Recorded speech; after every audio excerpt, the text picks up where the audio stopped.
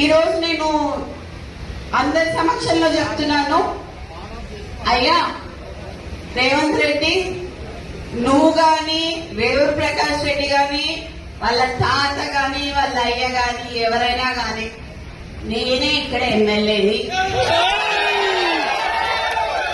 ఖచ్చితంగా నేనే నిల్చుంటా, నేనే గెలుస్తా. అర్థమైందా?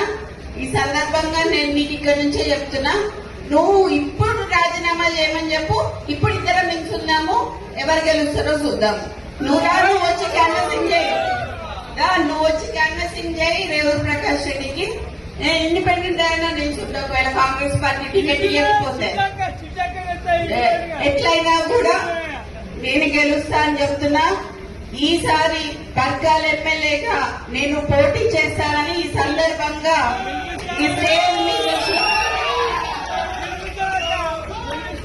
ఈ స్టేజ్ మీద నుంచి నేను మీకు అందరికీ చెప్తున్నా.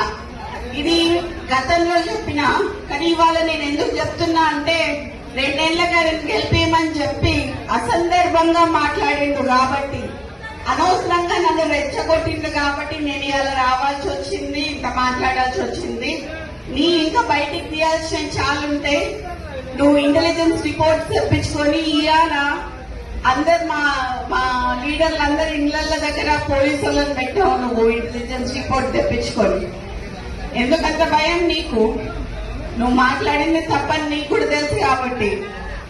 కొండా మురళి మంచోడు కాబట్టి ఇప్పటి వరకు బయట మాట్లాడలేదు, కొండా సురేఖ మంచిది కాబట్టి మాట్లాడలేదు. చిత్తగట్ల కాదు. ఈ లోపల మరి ఆయనకి కొంచెం ఆరోగ్యం బాగాలేదు కదా, మరి ఎట్లా ఉంటుందో చూద్దాం. మరి అప్పటి వరకు ఎలక్షన్ వరకు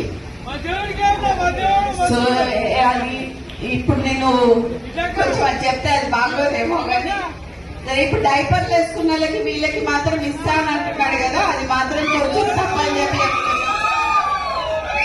ఆయన ఇప్పటికే నడవలేకపోతున్నాడు, తిరగలేకపోతున్నాడు. ఈయన మరి వృద్ధునికి 80 ఏళ్ళు వచ్చినానికి ఇస్తా అని చెప్పి అంటుంటే హాస్యాస్పదంగా అనిపించి మరి ఈ రోజు రావడం జరిగింది. ఈ రోజు నీ తమ్ముందు ఒక 200 కోట్లది ఒకటే చెప్పిన, ఒకవేళ ఎవరైనా నాకు కౌంటర్ ఇచ్చిందనుకోండి, మిగతా కూడా బయటికి తీయాల్సి వస్తుంది. సో ఎవరు కౌంటర్ ఇచ్చినా బయటికి తీసి సీతా దయాకర్ గారికి కూడా పదవి ఇచ్చినావు నువ్వు. సీతా దయాకర్ గారు ఏం చేసిందే పార్టీకి? అసలు ఎక్కడ పార్టీ ఆమె ఎక్కడి నుంచి వచ్చింది? ఆమెకు చైర్మన్ పోస్ట్ ఇచ్చినావు నువ్వు. కొండా మురళికి ఎందుకు ఇయ్యలేదు అని అడుగుతాను నేను. మీరందరూ అడగాలి.